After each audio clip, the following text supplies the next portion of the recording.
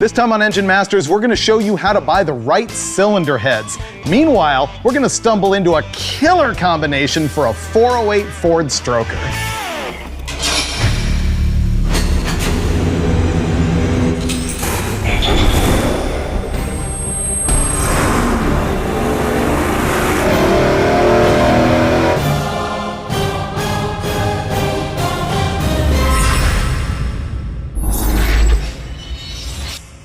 This episode is going to be a deep dive on how to buy the right cylinder heads for your engine. And actually, the data here is being applied to a small block Ford, but really, it's kind of broad across any engine family because all we're dealing with here is airflow and the dynamics of the volume and the cross-sectional area of the intake port.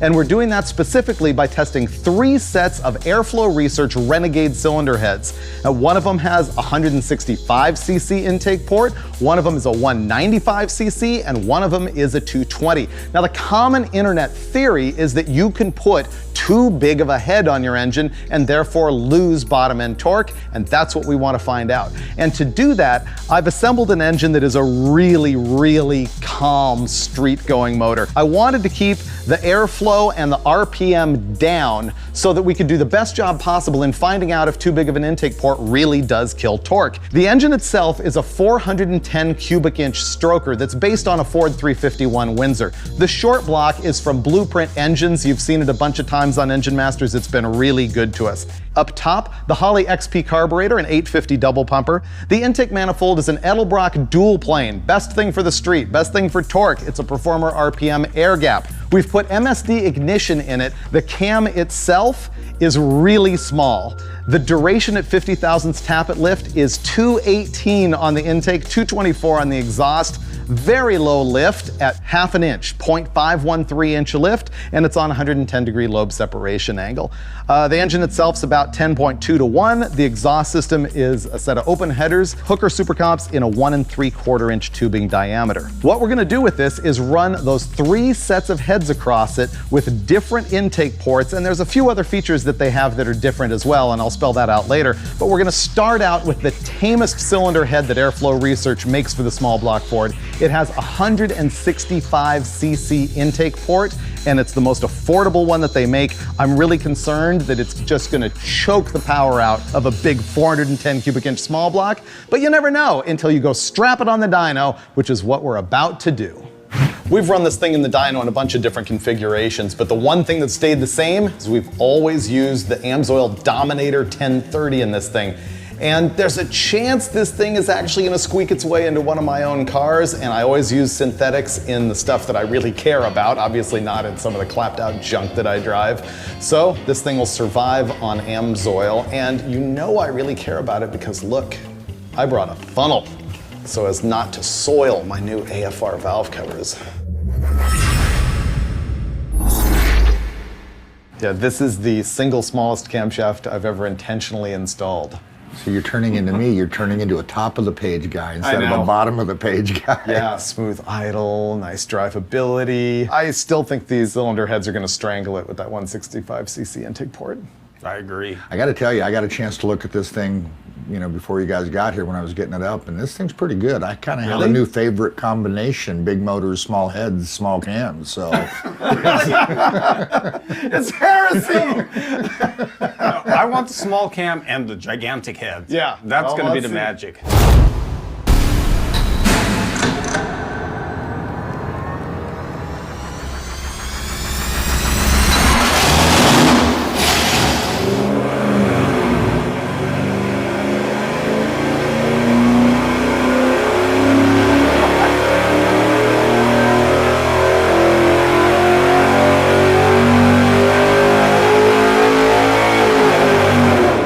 That's ridiculous! In your face. What?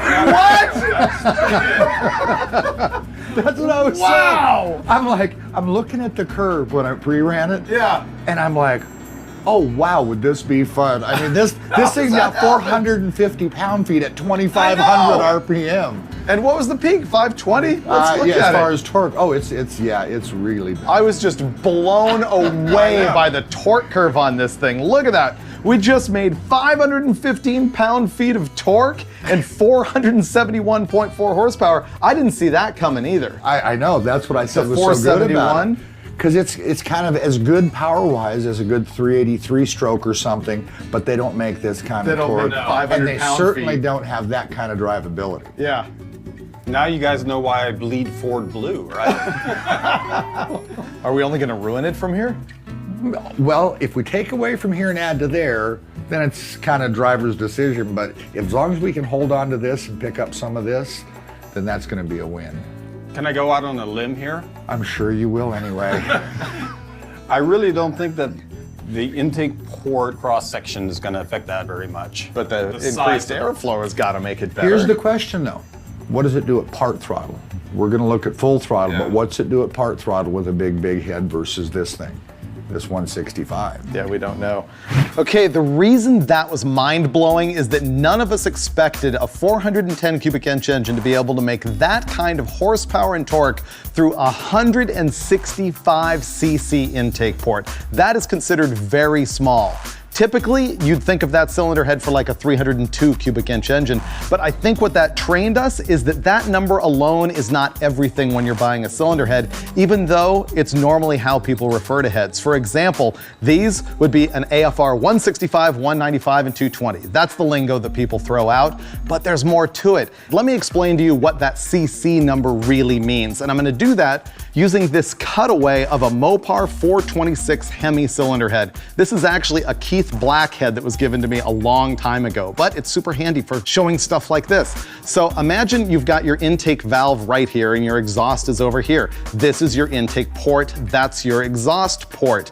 Now, if there was a valve in here sealing it off, and if you were to fill it with water up to this face right here, which is where the intake manifold bolts on, then you could measure that volume of water in cc's and it would tell you the overall volume of the port. That's where those numbers come from. But there's another thing that you need to know. It's called minimum cross-sectional area. It's the smallest point inside the intake port, and it's another number that people use to sort of evaluate if a cylinder head is in the range of what they want to use or not, and that would be right here on this cylinder head. So that changes on the AFR heads as well. For example, the 165cc has a pinch or smallest cross-sectional area of 1.935 inches. Then you move on to your 195, and it's got a 2.075 pinch, and on the biggest head, it's actually 2.375. So you can see that the size varies a lot, and the theory is that the bigger the port is, the more you can tend to lose low RPM torque, and that's what we're gonna find out today. But let me tell you what's the same about the three cylinder heads that we're gonna test before I tell you about what's different about them. First of all, they're all from Airflow Research. They're all from the Renegade line. They're all CNC ported and they all have a 58cc chamber on them. So the compression ratio on all of these is the same. The other thing that's important to note is that the rocker arm studs are in the same place on all of these, so you can interchange them without having to worry about rocker arm geometry and push rod length and stuff like that. Now here's some things that are different about these cylinder heads. The valve size is one of them. On the 165 head, you have a 1.94 inch intake valve and a 1.6 in the exhaust. The 195 head that we're just about to bolt on has a larger 2.05 intake valve and a 1.6 on the exhaust. And the 220 head, which by the way, this isn't one of them, this is just a prop, but the 220 has a 2.1 inch intake valve, and because that's so big, they had to reduce the size of the exhaust valve to 1.57. Another thing that is different between the various heads is going to be the exhaust port. They know as the head sort of gets racier and racier that you need more flow not just on the intake side but also on the exhaust. And for that reason, the exhaust port is 68 cc's on the 165 and it's 70 on the other two. But the other modification is that the exhaust on the 195 and the 220 is raised, which tends to improve flow. On the 195cc head, it's raised 0.125 inches, 1/8 of an inch. On the 220, it's raised 0.375, 3/8 of an inch. Now that can be important to you if you're buying headers because sometimes they won't fit if the ports have been changed, and you can see that on the two bigger cylinder heads, the exhaust pattern is what they call double drilled. There's a wider pattern and a narrower pattern, and especially on the 220, it's possible to put a header on it that can block a little bit of that exhaust port flow. So what we're doing here is not just scientifically testing the intake port design alone. Instead, we're gonna test what you can realistically buy off the shelf from any manufacturer for any domestic V8 engine that you might have. Because this technology, it all applies to anything, a Chevy, a Mopar, whatever. And we're gonna do the best to sort of bench race that out and get some solid data when we go to the dyno and remove the 165 to install the 195cc head as our next step. And finally, we're gonna wrap it up with the AFR 220 and find out if, like the internet says, too big of a head can kill torque. I've got a really simple theory when it comes to heads, port size, and velocity and all that. Bigger is better? Oh man, you just totally stole my thunder. How did you know? I've met you.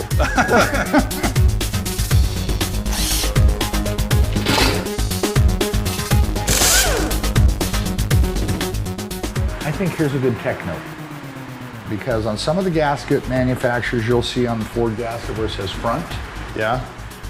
This one actually doesn't, so you need to be smart enough to know why. In both the cylinder head and the block, there are water passages. It's the head gasket that determines the direction of flow. So if we were to have put this gasket on this way, Yeah. the water is going to enter the water pump, come through the cylinder head, come right out here into the intake manifold and back out the front. This whole part of the motor would have zero flow. I did not know. That's So now we do this, and all the and water the goes water to is the back. forced all the way to the back, comes up the back, through the head, out the water passage, so it circulates and flows and cools the whole block. Also, did you notice this is a Mr. Gasket MLS? I did. Their claim is that the coating on this does not require as smooth a surface as some of the other ones. Oh, interesting, because yeah, a lot of them, it gives you a specific RA finish that you have to Yep. use the gasket. They say it can be a little bit rougher. Just so you know, that's my one and only Ford Tech tip It was really good. for the year. I liked it. I only have two. I'll save one for next year. 195 cylinder heads going on. Here comes a winner. You know what else is really cool about the AFR heads? What? 8mm valve stem. Oh, that's really good. Yep. Kills some weight, flows better. Yeah. Good.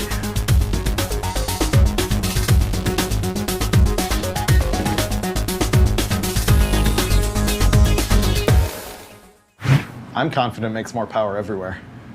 That would be cool if it did, because it made really good power before. We have a pretty big step to go up. It flows a lot more. But the valve diameter is good on this head. I like that. Will it make 500 horsepower? We're gonna pick up 30 numbers. No. I don't think so either. Well, blurt out a number, Steve-O. Come on.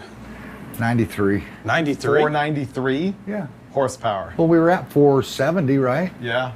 500. Dulcich called it. I can't naysay it, because he's Dulcich. I know. Man, the come wizard on, of all baby. wizards.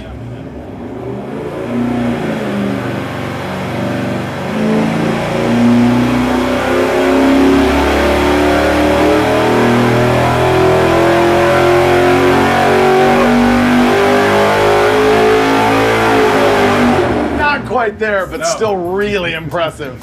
I had a pretty good feeling when it came in about 8 pound-feet better. Yeah. So at this point, with this cam, so far, this is a better cylinder head. Absolutely. The bigger cylinder head makes more power. Kind of no shock whatsoever. Really, at every single point in the curve. This stuff down here is like 2,600 and below, and it's the same down there. So we made 520.8 pound-feet of torque, 484 horsepower, with a really broad spread. Almost 1,800 RPM between the RPM at peak torque and peak horsepower, which makes for a really nice engine. You know, I don't think the big surprise is the 195. I think the big surprise is how good The 165 is. It's amazing. It still blows my mind. I'm really shocked by it. The thing we don't know is like throttle response, transitional throttle, part throttle. You know, we know the airspeed has got to be faster through the 165 head, and we know that that leads to better tipping. I know with the 165 it would be really good. What?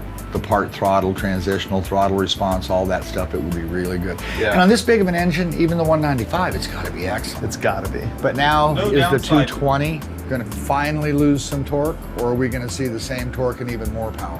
I say same torque and why more we're power.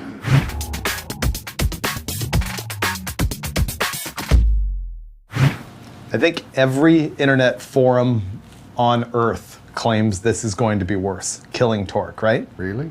Yeah, I think they do. I don't read the internet enough, apparently. It would be the consensus. Yeah. Consensus would be it's too big. Yeah, too big of a port. It's just like Goldilocks and the Three Bears. The other heads are probably just right. Yeah, probably. But probably not. I'd say Papa Bear is the best. The fail in our test here is I think I chose a 410 cubic inch engine because... Had you chosen a 302 and started with a 165 and found out that a 220 might be too big at some point? I tried to compensate for that with the small camshaft, you know. And then you just made more torque. All I did is make more torque. How are we going to live with ourselves if it actually makes more power everywhere and people tell us we're wrong? I think it will. I really do. I think it will too. But it might give up a little bit of torque. It might give up 5 or 6 between 2,500 and 3 is my guess, and then it's off to the races. And it's going to make 497 horsepower. 493. 493. I don't want to make a guess this time. I'm going to guess because it doesn't matter. You're always right and I'm always wrong. I'm just going to be silent on this one. Okay. Well, let's find out what it is going to do.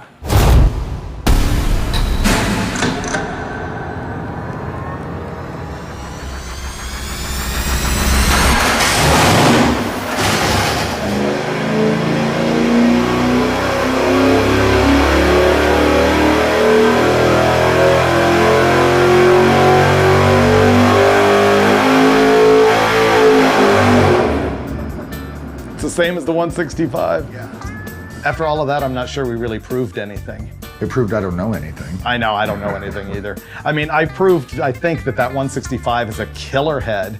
I think we proved the 195 is the logical one you really should run on an engine like this, even if you've got another 20 degrees of cam probably. And if it's anything bigger than that, you want the 220 with the correct single plane intake manifold and the correct solid roller cam and the correct big header. And making peak power at 7,500 RPM and all of those things that head is designed for with that kind of flow number at 800 lift. But this is the craziest thing, that these numbers we have on the screen right now, those are the 165 head versus the 220. They essentially run exactly the same. So my walk away is throw the 195s back on this thing and stab it in the Mach 1 and have a great time. Ready to go wrap this up and like try and package all this information into a believable ball of BS? Oh no. Believable or unbelievable, the numbers are the numbers. They're just a little confusing even, you know. No, I've got it all put in a box, man. I get it completely. Well, go spill. Let's do it. Okay, Steve, open up your big box of wisdom. Well, I've got to admit, I mean, the 408 Ford took me to school. Really? How? Yeah, my whole theory of bigger is always better kind of let me down for the first time. So what's the point, Dulcich? Well, the point as far as I'm concerned is we didn't lose any low-end torque, and that's really what people talk about with bigger heads.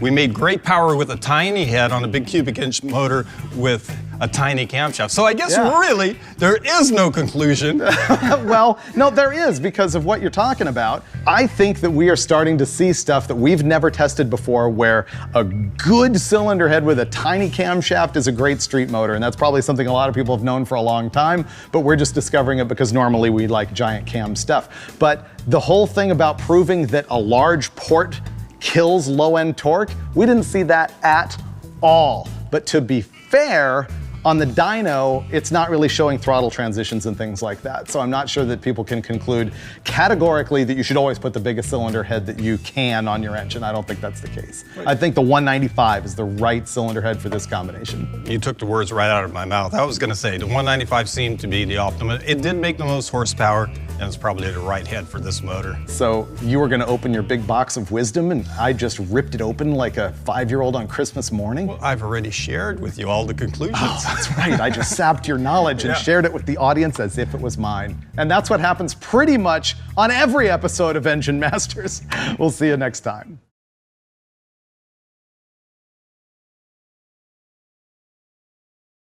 This is not a man bun, is it? Well, not yet. No, it never will be. If you move it just an inch higher, you're getting close to a man bun, but see, it's a ponytail now.